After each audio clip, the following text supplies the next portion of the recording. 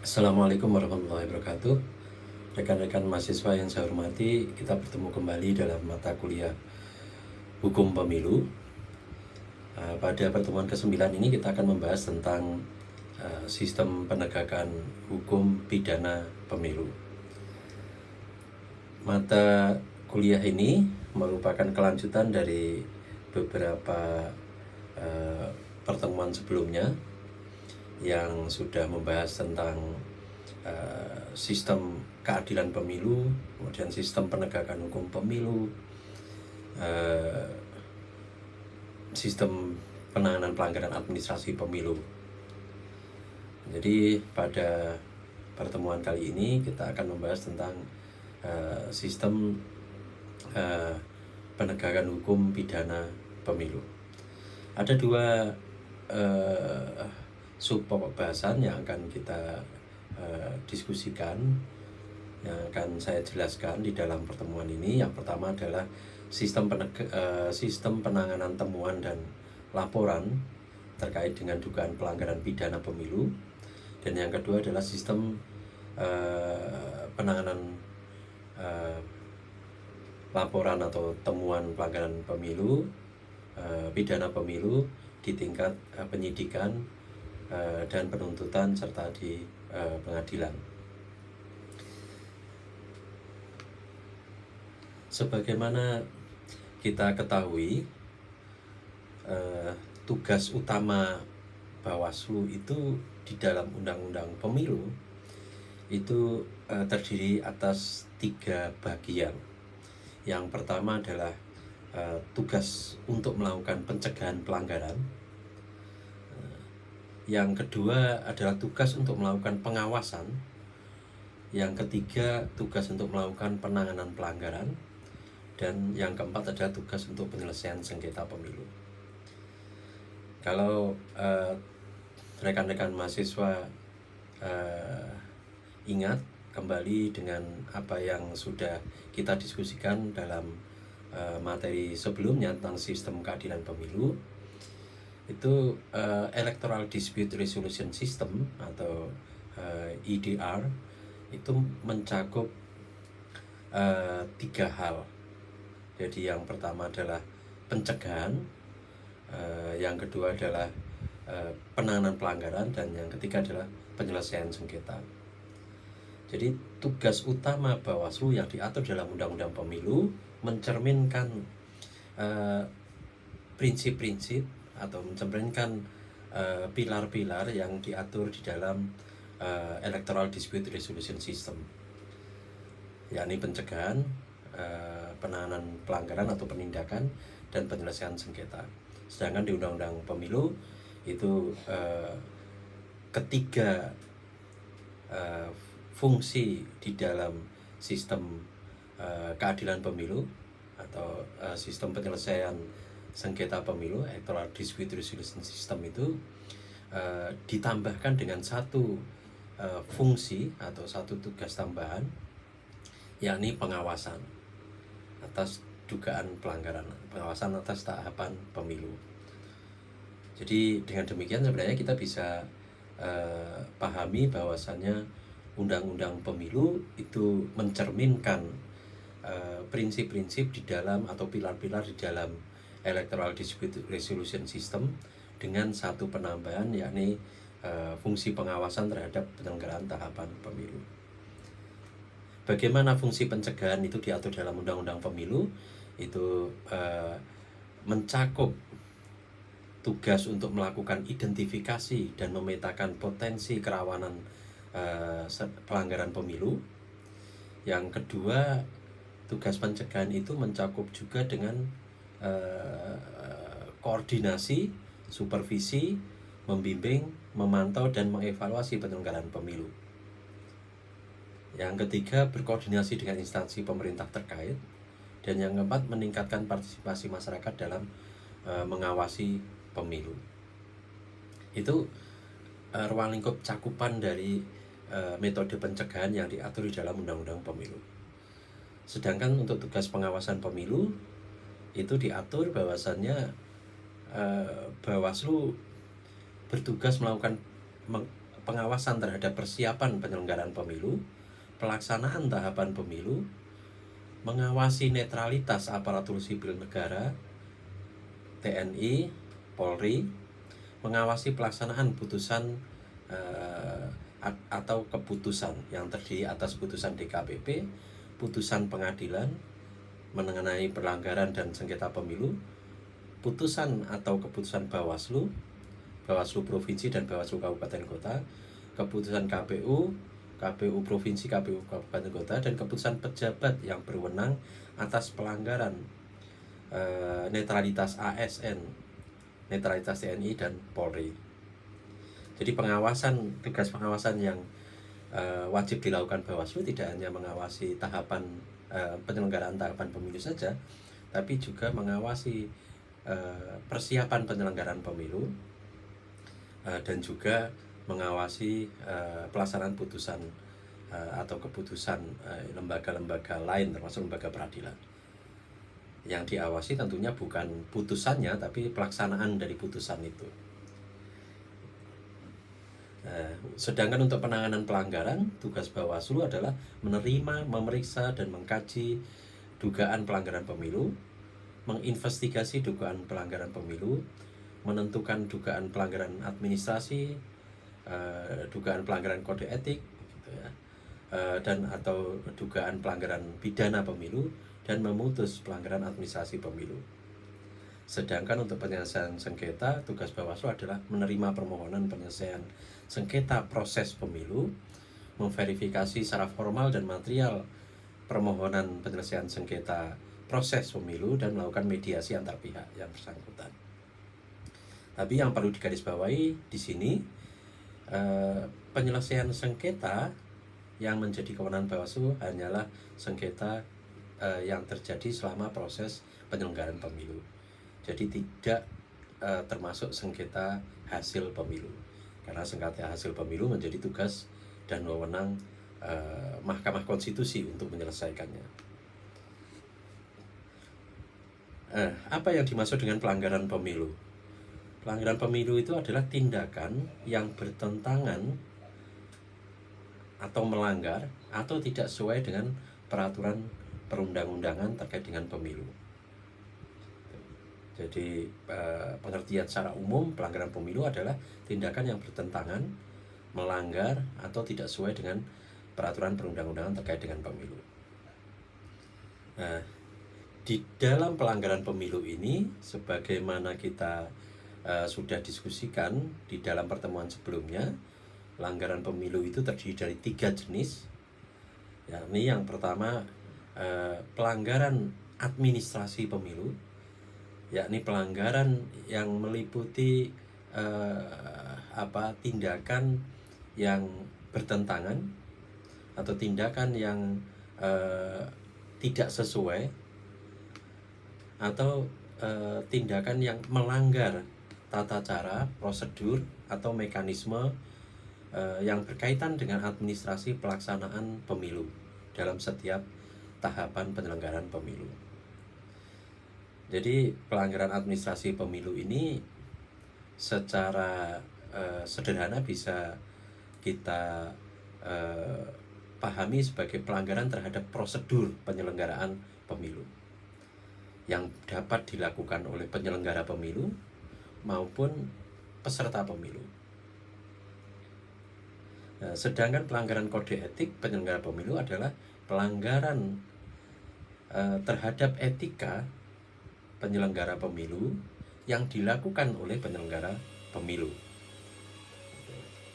di mana etika penyelenggara pemilu di sini adalah etika penyelenggara pemilu yang diatur dalam kode etik penyelenggara pemilu yang ditetapkan melalui peraturan DKPP. Sedangkan pelanggaran pidana pemilu adalah pelanggaran terhadap ketentuan pidana yang diatur dalam Undang-Undang Pemilu. Jadi kalau kita baca Undang-Undang Pemilu, itu ada bab khusus tentang ketentuan pidana pemilu yang terdiri dari beberapa pasal dan ayat, gitu ya. Jadi pelanggaran pidana pemilu ya pelanggaran terhadap ketentuan pidana yang diatur dalam pasal-pasal yang tercantum dalam bab ketentuan pidana pemilu itu. Dari ketiga jenis pelanggaran pemilu ini, pelanggaran pidana pemilu itu merupakan jenis pelanggaran pidana yang paling mudah untuk diidentifikasi, paling mudah untuk dikenali. Kenapa? Karena pelanggaran pidana pemilu itu sangat jelas acuannya, pasal-pasal atau norma-norma yang dilanggar atau norma-norma yang dilarang. Jadi begitu terjadi tindakan yang melanggar larangan dalam norma-norma yang diatur dalam ketentuan pidana pemilu itu, ya berarti itu masuk dalam kategori pelanggaran pidana pemilu. Yang kedua tentunya pelanggaran kode etik penyelenggara pemilu, yakni pelanggaran terhadap norma-norma yang diatur dalam kode etik penyelenggara pemilu. Kenapa pelanggaran kode etik penyelenggara pemilu itu mudah diidentifikasi? Karena rujukannya sangat jelas, yakni peraturan DKPP tentang kode etik penyelenggara pemilu.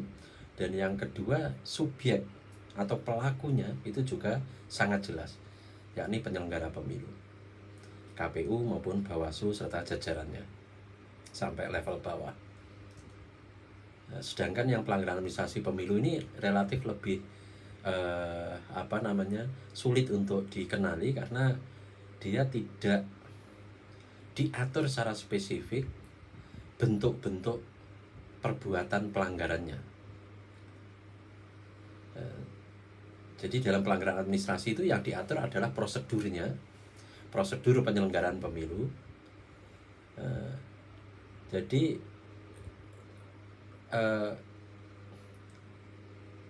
tindakan yang dianggap melanggar prosedur itulah yang kemudian dikategorikan sebagai pelanggaran administrasi. Jadi tidak ada norma atau pasal-pasal yang secara khusus mengatur bentuk-bentuk pelanggaran administrasi pemilu. Ini beda dengan ketentuan pidana, dengan pelanggaran pidana pemilu, karena dalam pelanggaran pidana pemilu diatur bentuk-bentuk perbuatan yang masuk dalam kategori pelanggaran pidana pemilu. Sedangkan dalam pelanggaran administrasi tidak diatur bentuk-bentuk pelanggarannya, yang diatur itu hanya prosedurnya. Jadi setiap kali terjadi tindakan yang bertentangan dengan prosedur yang diatur tersebut, maka itu dikategorikan sebagai pelanggaran administrasi pemilu.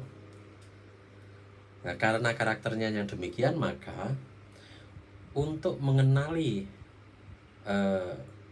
pelanggaran administrasi, maka kita harus memahami prosedur penyelenggaraan pemilu. Nah, ini beda dengan pelanggaran pidana ya. Kalau pelanggaran pidana, untuk mengenalinya kita cukup menghafal atau mengetahui, memahami ketentuan pidana pemilu, pasal-pasal dalam ketentuan pidana pemilu. Kalau terjadi tindakan atau perbuatan yang sesuai dengan yang diatur dalam ketentuan pidana pemilu, itu berarti itu terjadi pelanggaran pidana pemilu. Tapi untuk pelanggaran administrasi pemilu, untuk mengenalinya kita harus memahami prosedur penyelenggaraan, prosedur administrasi penyelenggaraan tahapan pemilu, yang itu prosedurnya sangat banyak sekali ya di masing-masing tahapan pemilu. Ini tentunya menjadi tantangan tersendiri ya, karena prosedur administrasi penyelenggaraan pemilu itu sangat banyak, rumit, dan diatur dalam berbagai peraturan perundang-undangan, mulai dari undang-undang pemilu, peraturan KPU, dan bahkan keputusan KPU, keputusan ketua KPU. Nah, jadi kita harus memahami banyak peraturan perundang-undangan untuk bisa mengenali ada tidaknya pelanggaran administrasi pemilu. Sedangkan untuk mengenali pelanggaran pidana pemilu, kita cukup memahami ketentuan pidana, pasal-pasal yang diatur dalam ketentuan pidana dalam undang-undang pemilu. Sebagaimana kita ketahui, pemilu di Indonesia itu ada dua jenis. Satu, pemilihan umum untuk memilih anggota DPR, DPD, DPRD, dan pemilu presiden dan wakil presiden. Itu yang pertama. Yang kedua adalah pemilihan kepala daerah, pemilihan gubernur, bupati, dan wali kota. Keduanya sebenarnya sama-sama pemilihan umum, gitu ya. Keduanya itu sama-sama sistem pemilihan pejabat politik yang dilakukan melibatkan partisipasi langsung masyarakat, warga negara. Jadi semuanya sama-sama pemilu, gitu ya. Tetapi yang membedakan antara keduanya adalah dasar hukumnya.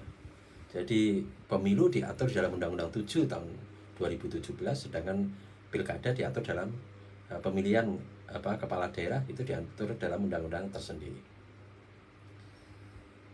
Sebenarnya keduanya sama-sama rezim pemilu, tetapi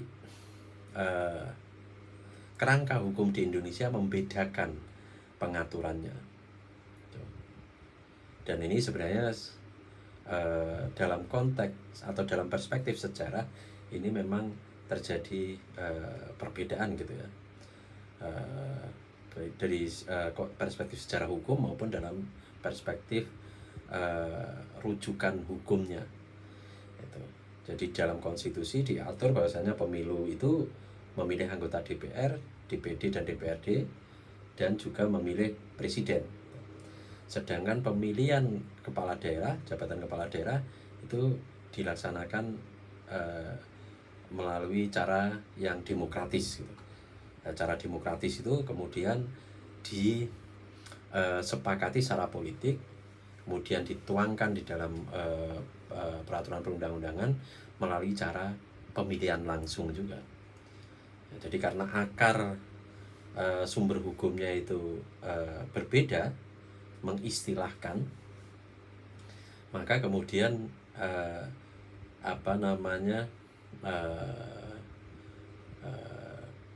pendefinisiannya juga dibuat berbeda. Jadi kalau pemilu DPR, DPRD, DPD dan Pilpres itu disebut pemilihan umum, tapi kalau pemilihan jabatan kepala daerah itu disebut dengan pemilihan gitu. Meskipun sama-sama pemilihan umum. Nah, pengaturan secara berbeda antara pemilu anggota DPR, DPD, DPRD, dan pemilu presiden dengan pemilihan kepala daerah yang diatur dalam undang-undang yang berbeda, ini menimbulkan beberapa persoalan gitu ya. Termasuk di dalamnya persoalan dalam sistem penegakan hukum. Setidaknya ada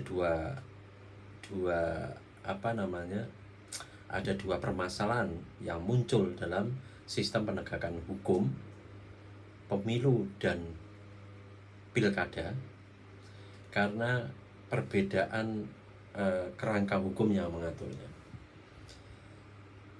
Jadi di dalam yang pertama, di dalam sistem penegakan hukum pemilu dan pilkada ini ada atau terdapat unequal treatment, kalau istilahnya bisa diistilahkan semacam itu.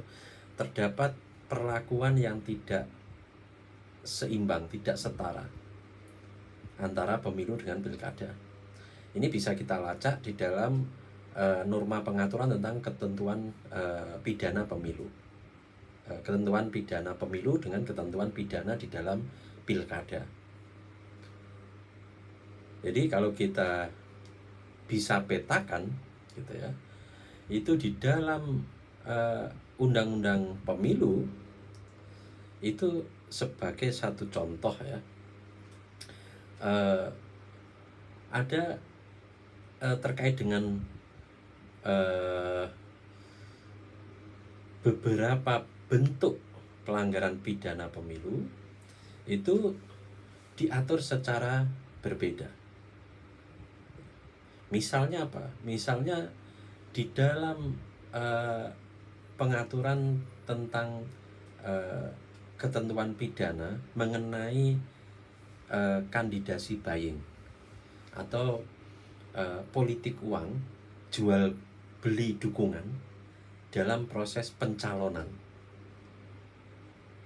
Itu sebagaimana kita ketahui, baik pemilu maupun pilkada itu di dalam tahapan pemilunya itu sama-sama ada tahapan pencalonan.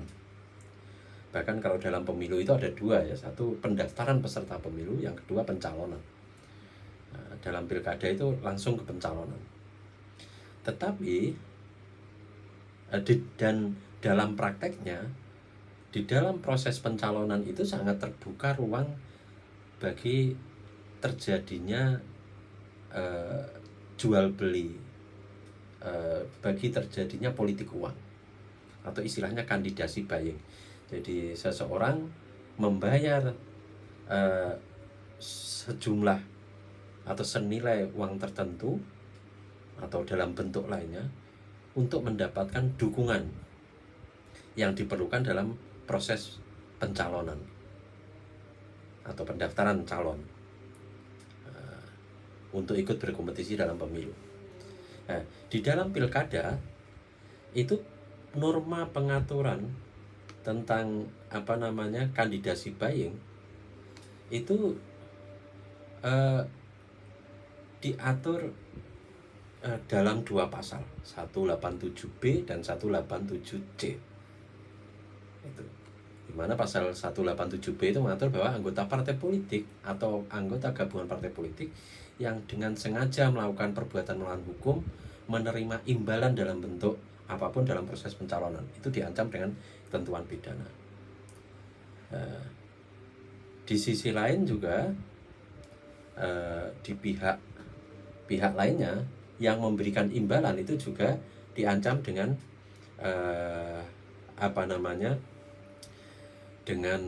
dengan ancaman pidana juga. Jadi pihak yang memberi uang atau memberi imbalan untuk mendapatkan dukungan yang diperlukan sebagai syarat untuk pencalonan. Tetapi dalam undang-undang pemilu itu yang diatur tentang kandidasi buying itu hanya difokuskan kepada proses pendaftaran atau pencalonan anggota DPD. Diatur pasal 519. Nah, padahal di dalam proses pencalonan di pemilu itu jenis calonnya ada banyak gitu ya. Ada calon anggota DPD, ada calon presiden, wakil presiden, ada calon anggota DPR, yang mana masing-masing itu juga sama-sama memiliki peluang untuk terjadinya kandidasi buying. Jadi itu ada contoh treatment yang berbeda gitu ya. Contoh lainnya cukup banyak yang bisa kita lihat di dalam pasal-pasal serta ayat yang diatur di dalam bab ketentuan pidana. Kalau kita sandingkan antara undang-undang pilkada dengan undang-undang pemilu, itu ada cukup banyak contoh unequal treatment, itu perlakuan yang tidak sama dan tidak setara terhadap perbuatan yang dianggap melanggar, padahal bentuk pemilunya sebenarnya sama gitu. Termasuk juga contoh lainnya adalah ketentuan pidana terkait dengan pembatalan calon. Itu dalam pembatalan calon itu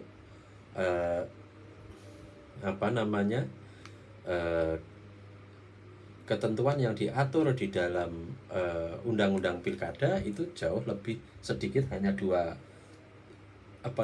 ayat dalam satu pasal. Sedangkan di undang-undang pemilu itu ada 4 ayat gitu ya. 2 ayat di pasal 552 dan 2 ayat lagi di pasal 553.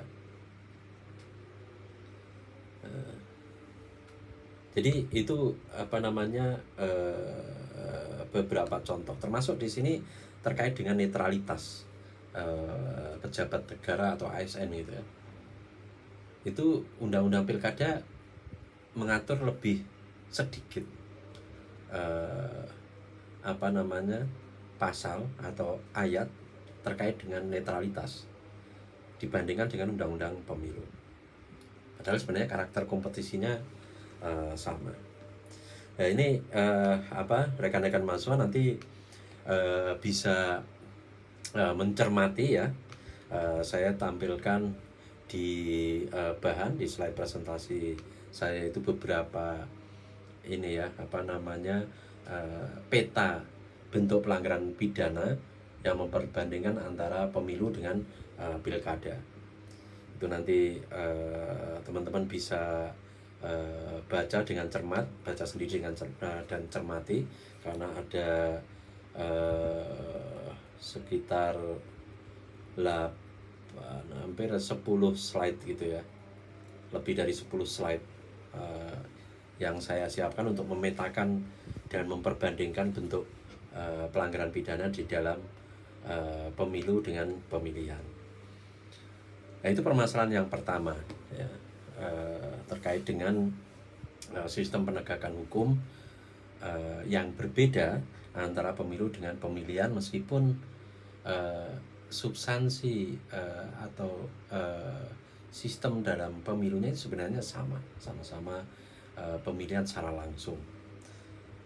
Jadi kalau yang pertama tadi norma pengaturan tentang bentuk pelanggaran pidana itu berbeda sehingga memunculkan unequal treatment ya, antara pemilu dengan pemilihan.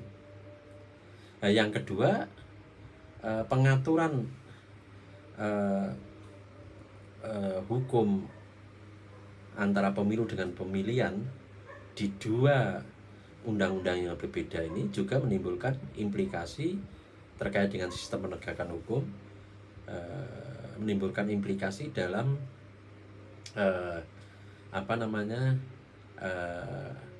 tata beracaranya atau hukum ininya, hukum formilnya. Jadi antara pemilu dengan pilkada itu ada perbedaan, ada yang tidak sinkron di dalam hukum acara atau hukum formil, mekanisme penegakan hukumnya. Itu satu contoh misalnya dalam pemilu itu terkait dengan pelanggaran administrasi itu produk hukum yang dikeluarkan Bawaslu itu berupa putusan, tetapi di undang-undang pilkada itu masih berupa rekomendasi. Nah, ini tentunya sesuatu yang berbeda sangat fundamental, karena kalau putusan itu bersifat final dan wajib ditindaklanjuti, sedangkan rekomendasi itu masih berupa saran sehingga bisa ditindaklanjuti atau tidak ditindaklanjuti. Itu terkait dengan pelanggaran administrasi misalnya. Nah, yang kedua, contoh lainnya itu adalah pengaturan tentang batas waktu dalam penanganan pelanggaran. Antara pemilu dengan pilkada itu juga berbeda. Kalau dalam pemilu itu Bawaslu memiliki waktu hingga 7 ditambah 7, jadi hingga 14 hari gitu ya. Sedangkan dalam pilkada itu 5 hari. Nah, jadi perbedaan-perbedaan ini disebabkan karena tidak disatukannya pengaturan atau kerangka hukum antara pemilu dengan pilkada dalam satu undang-undang yang terkodifikasi. Ini sebenarnya hampir sama dengan undang-undang pemilu presiden dan undang-undang pemilu DPR pada masa lalu ya, sebelum undang-undang 7. Jadi sebelum undang-undang 7 itu undang-undang yang terkait dengan pemilu bahkan ada 3. Ada 4 ya. Undang-undang pemilu DPR, DPD DPRD, undang-undang pemilu presiden, undang-undang pilkada, dan undang-undang penyelenggara pemilu. Tapi kemudian sejak adanya undang-undang 7 itu, untuk undang-undang pemilu DPR, DPD dan DPRD, undang-undang pemilu presiden, dan undang-undang penyelenggara pemilu itu disatukan di dalam undang-undang 7 tahun 2017 yang dianggap sebagai kodifikasi undang-undang pemilu. Tetapi pada saat yang sama, undang-undang tentang pilkada itu tetap dipertahankan pengaturannya secara terpisah. Nah, ini mungkin disebabkan karena konsepsi awal yang dibangun bahwasanya pilkada itu berbeda dengan pemilu dalam konteks sumber hukumnya. Jadi pasal yang dirujuk di dalam konstitusi itu berbeda. Tapi seharusnya bisa saja undang-undangnya dibikin berbeda, tapi treatment treatment yang diatur di dalam undang-undang, mekanisme, prosedur penyelenggaraannya itu bisa disamakan, setidaknya bisa didekatkan standarnya, termasuk dalam sistem penegakan hukumnya. Jadi seharusnya ke depan itu perlu dibikin harmonisasi semacam itu. Undang-undang pilkada bisa diatur tetap secara terpisah. Kalau misalnya kita masih tetap yakin dengan konsepsi bahwa pilkada itu bukan pemilu karena berbeda rujukan normatifnya di konstitusi, tetapi kita bisa revisi undang-undang pilkada untuk menyelaraskan norma-norma di dalam undang-undang pilkada dengan norma-norma di dalam undang-undang pemilu. Karena tahapan-tahapan penyelenggaraannya itu relatif sama. Undang-undang pilkada itu prosedur penyelenggaraan pilkada itu relatif sama atau mirip dengan prosedur atau mekanisme dalam penyelenggaraan pilpres. Sistem penegakan hukumnya mestinya juga bisa diharmonisasi sehingga tidak menimbulkan bias, tidak menimbulkan kebingungan di dalam masyarakat. Ya. Selanjutnya, bagaimana mekanisme penindakan atas pelanggaran pemilu? Jadi penindakan itu kan proses yang dilakukan oleh Bawaslu dalam menindaklanjuti temuan atau laporan yang berisi dugaan pelanggaran pemilu. Temuan itu apa? Temuan itu adalah dugaan pelanggaran yang ditemukan oleh Bawaslu sebagai hasil dari proses pelaksanaan tugas pengawasan pemilu. Sedangkan laporan itu adalah dugaan pelanggaran yang disampaikan oleh masyarakat atau pihak di luar Bawaslu. Jadi bisa peserta pemilu, bisa masyarakat, bisa pemantau, dan lain sebagainya. Dari temuan dan laporan itulah kemudian Bawaslu akan menindaklanjuti melalui proses penindakan. Jadi apa yang dimaksud dengan penindakan? Yakni serangkaian proses penanganan pelanggaran yang berasal dari temuan atau laporan untuk ditindaklanjuti oleh Bawaslu. Penanganan atau penindakan ini bisa dilakukan oleh Bawaslu, Bawaslu provinsi, Bawaslu kabupaten kota, dan Bawaslu dan Panwascam. Bagaimana jika terjadi pelanggaran di tingkat TPS gitu ya, tingkat desa dan sebagainya? Itu pengawas TPS itu bisa menyampaikan hasil pengawasan kepada Panwaslu kecamatan melalui Panwaslu kelurahan atau desa. Dalam hal Panwaslu kelurahan atau desa mendapati adanya dugaan pelanggaran, itu mereka juga bisa menyampaikan hasil pengawasan kepada Panwaslu kecamatan. Jadi proses penindakan itu sebenarnya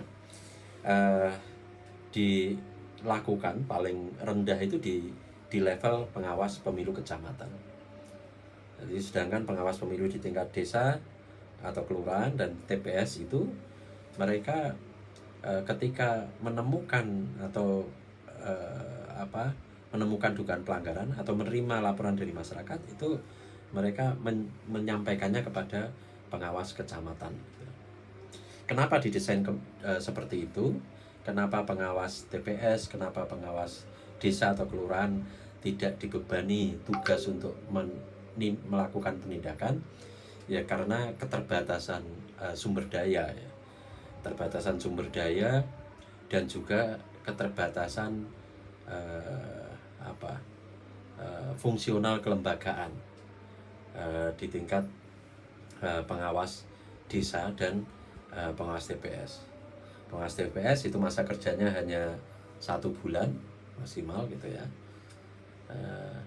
Jadi dengan masa jabatan 1 bulan itu ya sangat tidak mungkin ya mereka itu dibebani tugas untuk menyelesaikan pelanggaran pemilu, melakukan kajian, investigasi dan lain sebagainya. Ya kenapa tidak mungkin ya? Karena untuk melatih orang gitu ya yang akan menduduki jabatan pengawas TPS itu butuh usaha yang sangat keras, dan itu tidak setimpal dengan masa kerjanya yang hanya 1 bulan. Demikian juga di pengawas desa itu. Jadi keterbatasan SDM, keterbatasan masa tugas itu yang kemudian menyebabkan pembentuk undang-undang tidak memberikan tugas dan wewenang kepada pengawas TPS dan panwas kelurahan atau desa untuk melakukan penindakan. Jadi beban tugas untuk melakukan penindakan itu diemban oleh Panwascam ke atas, Panwascam, Bawaslu Kabupaten, Bawaslu Provinsi, dan Bawaslu RI.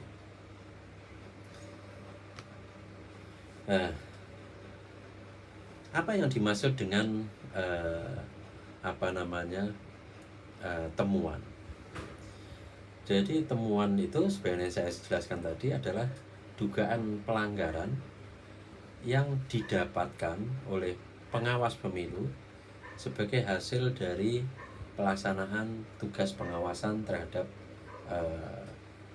penyelenggaraan tahapan pemilu.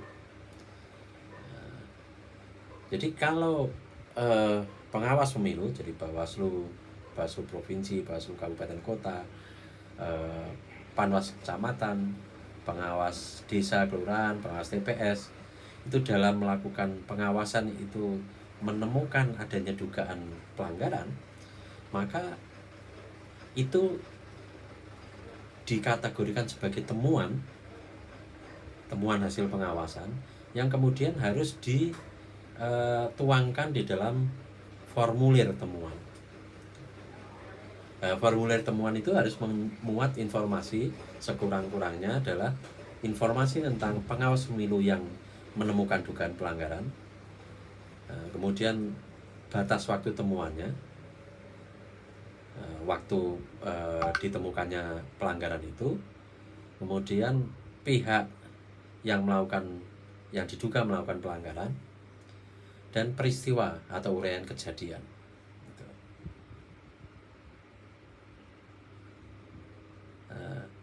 Jadi itu informasi-informasi yang harus dicantumkan di dalam formulir temuan. Nah, informasi itu distandarisasi semacam itu agar nanti bisa divalidasi lebih lanjut untuk ditentukan apakah bisa ditindaklanjuti atau tidak. Nah, temuan ini bisa dihasilkan dari kegiatan pengawasan yang dilakukan oleh pengawas pemilu maupun oleh pegawai sekretariat pengawas pemilu. Jadi tidak harus yang menemukan itu pengawasnya, tapi pegawai sekretariat pengawas pemilu juga bisa. Apa bedanya? Kalau pengawas itu ya komisionernya ya, yang dipilih berdasarkan mekanisme political appointee itu. Nah, sedangkan jajaran sekretariat itu ya pegawai di sekretariat Bawaslu. Itu kalau temuan ya. Bagaimana dengan laporan? Jadi laporan itu bisa dilakukan oleh WNI yang memenuhi syarat sebagai pemilih, jadi berusia 17 tahun atau pernah kawin, pemantau pemilu, perorangan yang mewakili lembaga pemantau pemilu yang terdaftar, atau juga peserta pemilu, jadi partai politik, calon gitu ya, atau pasangan calon itu bisa menjadi pelapor. Jadi sebagaimana tadi saya jelaskan, kalau temuan itu berasal dari internal Bawaslu, jadi pengawas pemilu yang menjalankan tugas pengawasan, kemudian dalam pelaksanaan tugas pengawasan itu dia menemukan adanya dugaan pelanggaran, nah itu disebut temuan. Nah, kalau laporan itu adalah dugaan pelanggaran yang dilaporkan oleh pihak dari luar Bawaslu, yakni WNI yang memenuhi syarat, pemantau pemilu, dan peserta pemilu. Kejadian yang dilaporkan itu tidak boleh lebih dari 7 hari untuk dilaporkan atau ditemukan gitu ya. Jadi 7 hari itu sejak diketahui terjadinya kejadian yang diduga sebagai pelanggaran itu. Gitu. Jadi maksudnya bagaimana? Jadi bisa jadi kejadiannya itu sudah lama, tetapi baru diketahui misalnya hari ini. Jadi misalnya sekarang tanggal berapa? Tanggal 11 Juni misalnya ya. Itu kejadian pelanggarannya bisa saja sudah terjadi pada bulan April tahun 2024, tapi baru diketahui pada tanggal 5 Juni. Nah, kalau baru diketahui tanggal 5 Juni, maka paling lambat tanggal 12 Juni itu kejadian itu bisa dilaporkan kepada pengawas pemilu, kejadian yang diduga sebagai pelanggaran itu. Jadi tidak boleh lebih dari 7 hari sejak diketahui adanya pelanggaran itu. Bukan 7 hari sejak kejadian pelanggarannya. Jadi kejadian pelanggarannya bisa jadi sudah lama. Contohnya bagaimana? Misalnya terjadi kejadian yang diduga pelanggaran pidana pemilu dalam bentuk pemalsuan dokumen persyaratan calon misalnya pendaftaran calon itu dilakukan paling lambat misalnya tanggal 11 Juni ini. 11 Juni ini adalah penutupan hari terakhir pendaftaran calon. Kemudian si calon A itu mendaftar dan menyerahkan berkas pendaftaran pada hari ini, tanggal 11 Juni. Setelah diperiksa oleh Bawaslu, diawasi oleh Bawaslu, Bawaslu menemukan adanya dugaan pelanggaran dalam bentuk misalnya ijazahnya ini palsu.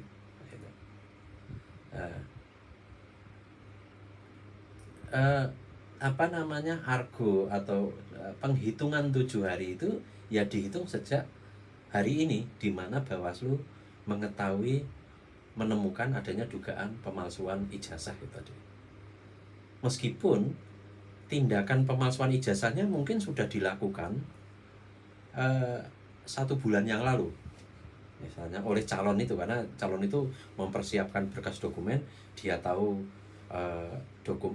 ijazahnya hilang atau dia sebenarnya nggak memenuhi syarat pendidikan, terus jadi dia bikin ijazah palsu, dia bikinnya sudah sebulan yang lalu, tapi Bawaslu menemukannya hari ini. Nah 7 hari itu dihitung dari hari ini ketika Bawaslu menemukan. Demikian juga kalau yang lapor itu masyarakat atau pemantau misalnya baru mengetahuinya hari ini setelah berkas itu diserahkan ke KPU, ditelisik, kemudian ternyata ini palsu gitu. Jadi 7 harinya bukan sejak ijazahnya itu dipalsukan atau sejak pembuatan ijazah palsu itu, bukan, tapi sejak ditemukannya pelanggaran itu atau ditemukannya kejadian yang diduga sebagai pelanggaran pemilu. Bagaimana mekanisme penyampaian laporannya? Di penyampaian laporannya itu dituangkan dalam formulir B1 yang ditandatangani oleh pelapor gitu ya. Dan nanti dalam laporan itu kalau itu laporan dari masyarakat itu dilengkapi dengan bukti identitas. Nah, demikian juga tadi kalau temuan dari Bawaslu ya, nanti dilengkapi dengan identitas pejabat yang menemukan itu, di pengawas pemilunya atau pegawai sekretariatnya.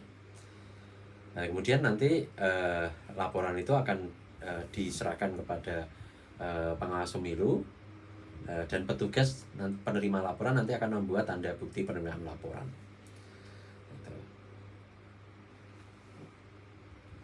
Nah, bagaimana setelah Bawaslu menerima laporan atau menerima temuan dugaan pelanggaran itu? Bawaslu akan melakukan kajian awal. Kajian awal terhadap laporan atau temuan gitu. Kajian awal itu dilakukan paling lama 2 hari sejak laporan itu diterima, laporan atau temuan itu diterima. Nah, nanti yang dikaji itu adalah keterpenuhan syarat formil, syarat material, dan jenis pelanggarannya.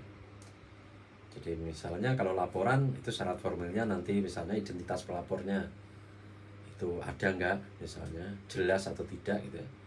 Pihak terlapornya itu ada enggak gitu ya, dicantumkan enggak. Kemudian dicek waktu pelaporan itu melebihi ketentuan 7 hari atau tidak. Tadi itu 7 hari sejak diketahuinya tindakan yang diduga sebagai pelanggaran. Itu syarat formilnya yang akan dicek gitu ya. Kalau itu lolos sesuai gitu ya, nanti syarat materialnya itu yang akan dicek.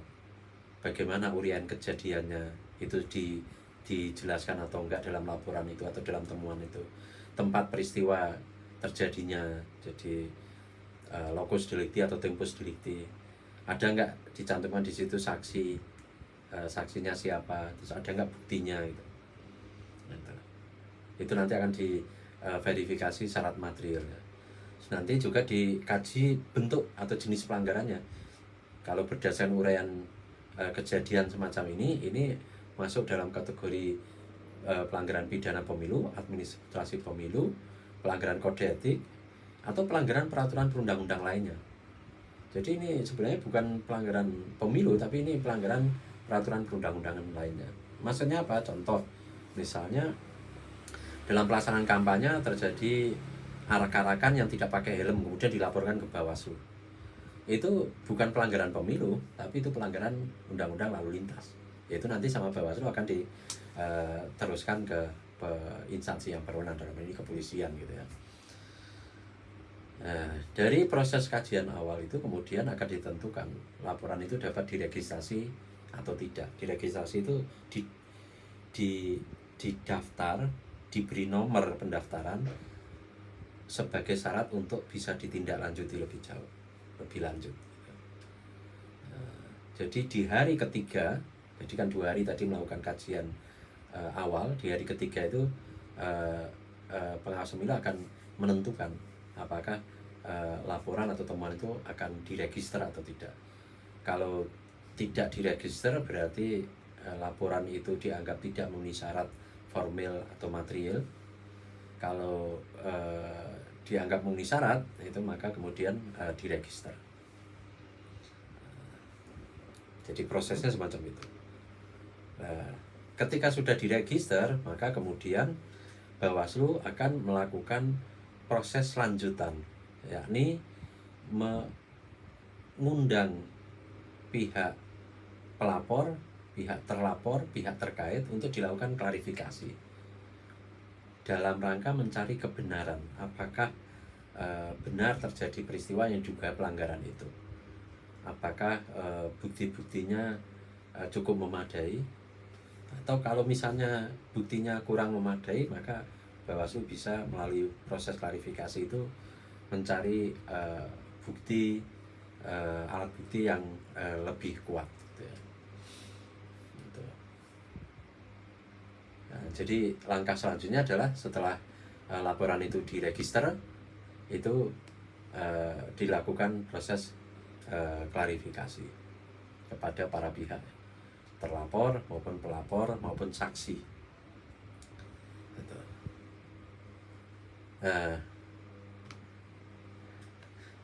Kalau pelanggarannya itu pidana pemilu, masuk dalam kategori pelanggaran pidana pemilu, tadi kan di kajian awal dalam 2 hari pertama itu tadi kan akan ditentukan ini pelanggarannya administrasi, pidana, kode etik, atau pelanggaran peraturan perundang-undangan lainnya. Kalau misalnya itu pelanggaran peraturan perundang-undangan lainnya, seperti contohnya tadi itu tidak pakai helm dalam kampanye, itu langsung diteruskan ke polisi gitu ya. Kalau itu ternyata pelanggarannya ini kode etik, maka oleh Bawaslu akan diteruskan ke DKPP.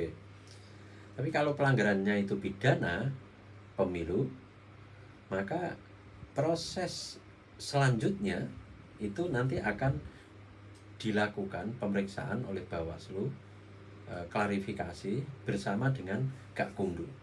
Apa itu Gakumdu? Gakumdu itu adalah forum penegakan hukum pemilu terpadu yang di dalamnya berisi perwakilan dari Bawaslu, kepolisian, penyidik, dan dari kejaksaan. Ketiga lembaga ini, ketiga perwakilan ini duduk dalam sebuah forum Gakumdu untuk bersama-sama melakukan kajian terhadap laporan atau temuan terkait dengan dugaan pelanggaran pidana pemilu. Kenapa harus ada Gakumdu? Karena untuk mempermudah dan memperlancar proses penindaklanjutan dugaan pelanggaran pidana pemilu. Karena dalam pelanggaran pidana pemilu itu laporan yang diteruskan oleh yang dianggap memenuhi unsur dan memiliki alat bukti yang cukup, itu oleh Bawaslu nanti harus diserahkan kepada penyidik kepolisian untuk dilakukan penyelidikan dan penyidikan.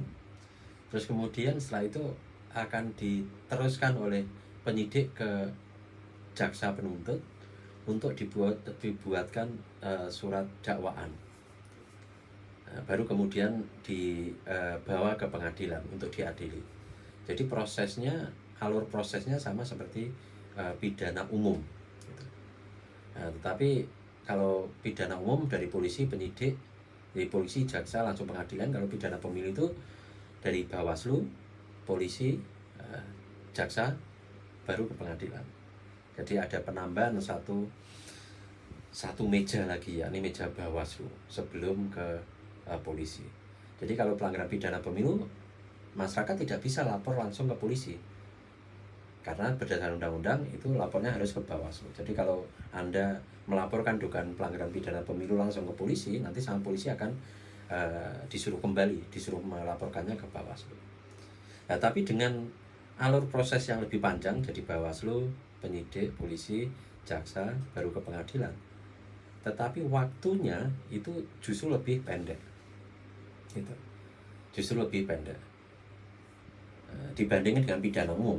Pidana umum itu waktunya sangat panjang yang dimiliki oleh penyidik untuk melakukan penyelidikan dan penyidikan, untuk menentukan tersangka. Kemudian waktu yang dimiliki oleh jaksa untuk membuat surat dakwaan juga cukup panjang gitu. Nah, sedangkan untuk pemilu ini sangat pendek.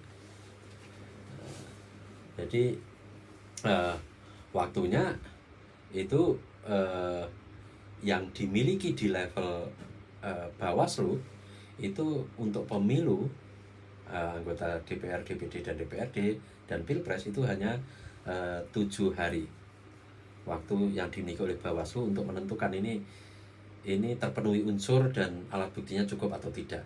Itu hanya 7 hari. Kalau dianggap kurang 7 hari itu bisa ditambah maksimal 7 hari lagi, jadi total 14 hari. Nah, nanti dalam waktu hanya maksimal 14 hari Bawaslu harus menentukan itu, apakah ini bisa dilanjutkan atau tidak. Kalau dilanjutkan, bisa dilanjutkan, nanti dikirim ke polisi untuk dilakukan penyidikan. Polisi hanya punya waktu maksimal 14 hari, kemudian diserahkan kepada jaksa untuk dibuatkan surat penuntutan. Jaksa juga punya waktu maksimal 14 hari, terus kemudian dibawa ke persidangan. Pengadilan punya waktu 7 hari untuk sampai ke melakukan pemeriksaan dan sampai putusan. Jadi waktunya sangat pendek sekali. Dalam waktu yang pendek itu maka kemudian undang-undang pemilu mengatur adanya Gakumdu itu sebagai forum bersama antara Bawaslu dengan perwakilan dari penyidik dan penuntut untuk melakukan kajian bersama. Supaya apa? Supaya nanti hasil kajian dari Bawaslu itu sudah dianggap ya 90% sempurna gitu, sehingga nanti mempermudah proses di penyidik dan penuntut. Nah, ini berbeda dengan di penanganan tindak pidana di pilkada ya. Penanganan tindak pidana di pilkada itu waktu yang dimiliki oleh pengawas pemilu hanya 5 hari untuk melakukan kajian tadi. Jadi hanya 5 hari tadi kan 7 plus 7 ya, jadi 14 hari. Kalau ini hanya 5 hari. Nah, kalau dianggap terpenuhi unsur, alat buktinya kuat, kemudian diteruskan ke penyidik punya waktu 14 hari. Kemudian kalau dianggap bisa diteruskan ke penuntut, dan penuntut memiliki waktu 5 hari kerja untuk membuat surat penuntutan. Jadi secara hukum acara itu dalam pidana pilkada dengan di pidana pemilu itu lebih ketat atau lebih pendek pilkada gitu. Gitu.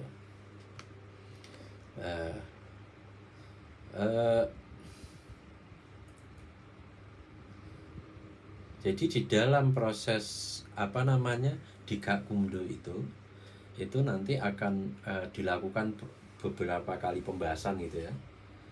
Jadi setelah laporan atau temuan tadi diregister, itu akan dilakukan pembahasan pertama di Gakumdu itu dalam waktu 1 kali 24 jam.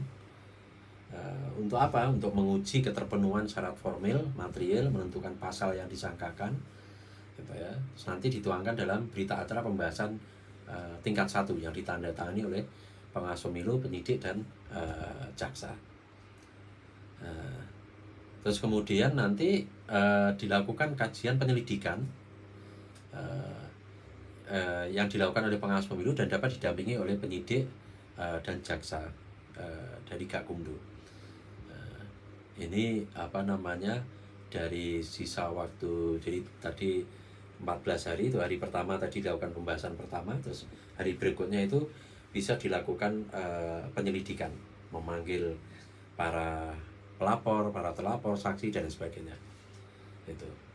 Nah, itu dilakukan oleh Bawaslu, bisa didampingi oleh Gakumdu yang dari penyidik Polri dan jaksa itu. Nah, hasil dari penyelidikan itu kemudian dilakukan pembahasan kedua untuk menentukan apakah dari hasil klarifikasi tadi keterangan-keterangan yang didapatkan itu cukup kuat atau tidak, terpenuhi unsur atau tidak dari tindak pidana yang disangkakan. Kalau dianggap terpenuhi atau tidak terpenuhi, itu keputusan dari proses pembahasan kedua itu nanti akan dituangkan dalam berita acara pembahasan kedua yang ditandatangani oleh pengawas pemilu, penyidik, dan jaksa yang ada di Gakumdu. Dari hasil pembahasan kedua itu akan kemudian dilakukan rapat pleno di Bawaslu untuk memutuskan ini akan diteruskan atau dihentikan gitu ya. Kalau diteruskan ya akan dilanjutkan dengan penyerahan ke penyidik Polri. Kalau misalnya itu diteruskan ke penyidik Polri, maka kemudian penyidik Polri akan melakukan proses penyidikan,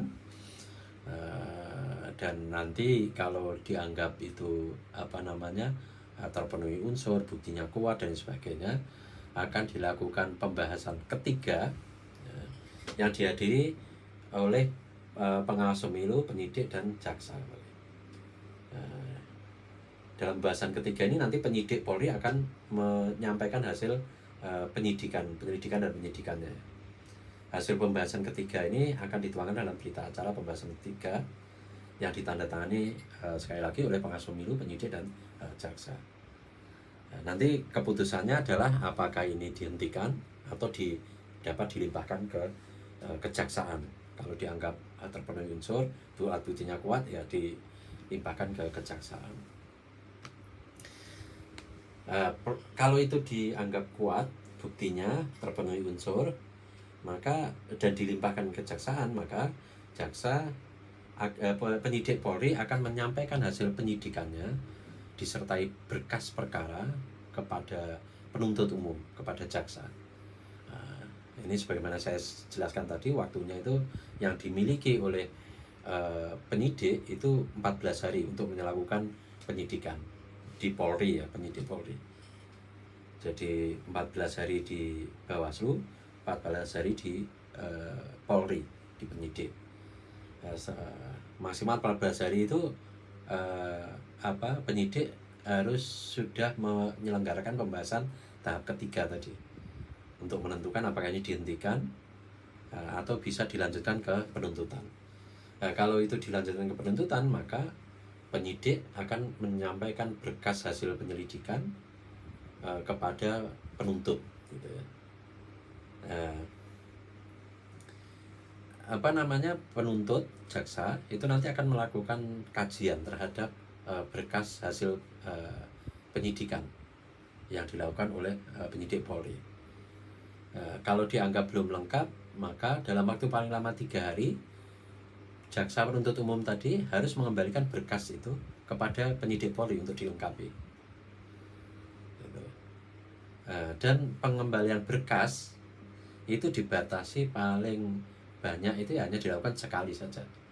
Ini beda dengan pidana umum. Pidana umum bisa bolak-balik dari penyidik ke jaksa, balik lagi penyidik, balik lagi ke jaksa, balik lagi penyidik, balik lagi ke jaksa, itu bisa berkali-kali. Tapi untuk pidana pemilu itu hanya dibatasi 1 kali.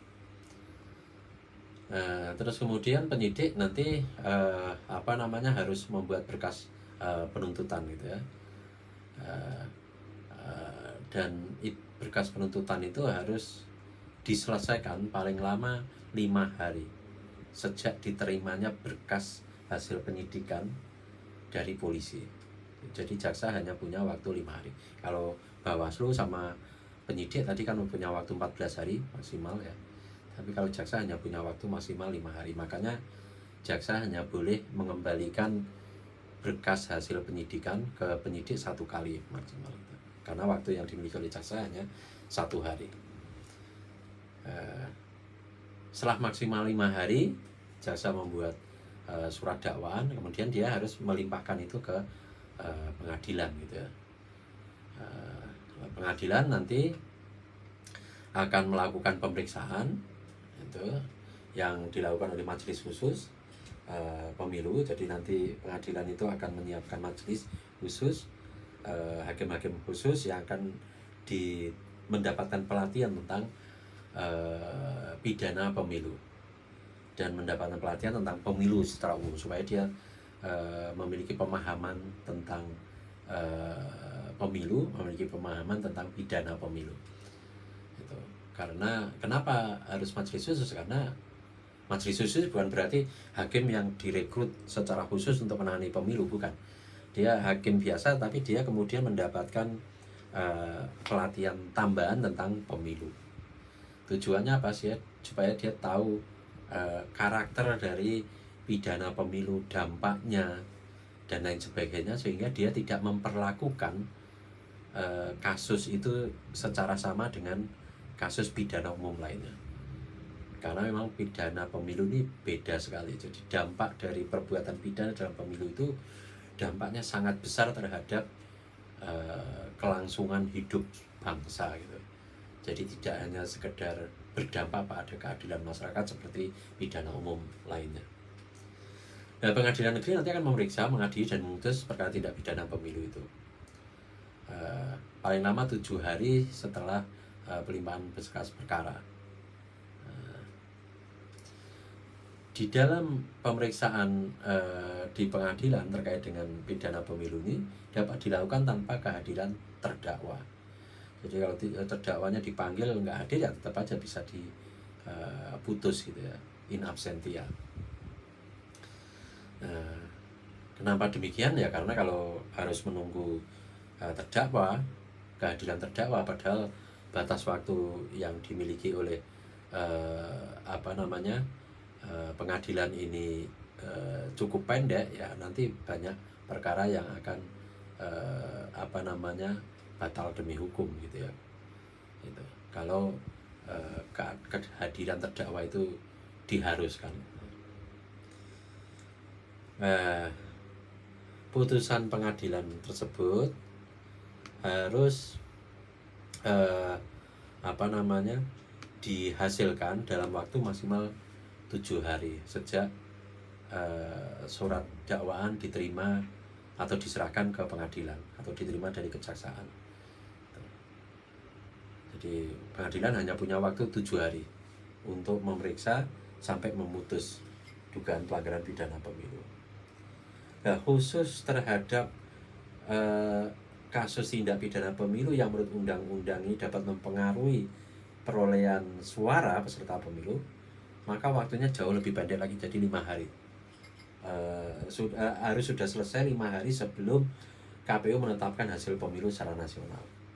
Maksudnya bagaimana? Kalau misalnya ada perkara dugaan tindak pidana pemilu terkait dengan manipulasi hasil rekapitulasi suara gitu. Nah, itu tadi kan prosesnya kan di Bawaslu 7 hari, penyidik Bawaslu 14 hari, penyidik 14 hari, berarti 28 hari. Di jaksa itu berapa, 5 hari, berarti 33 hari. Di pengadilan 7 berarti 40 hari ya. 40 hari. Padahal misalnya dugaan manipulasi suara dalam rekapitulasi itu terjadi pada rekapitulasi tingkat nasional. Berarti kan sudah di ujung hasil pemilu itu ditetapkan. Itu dalam kondisi semacam itu, kalau normalnya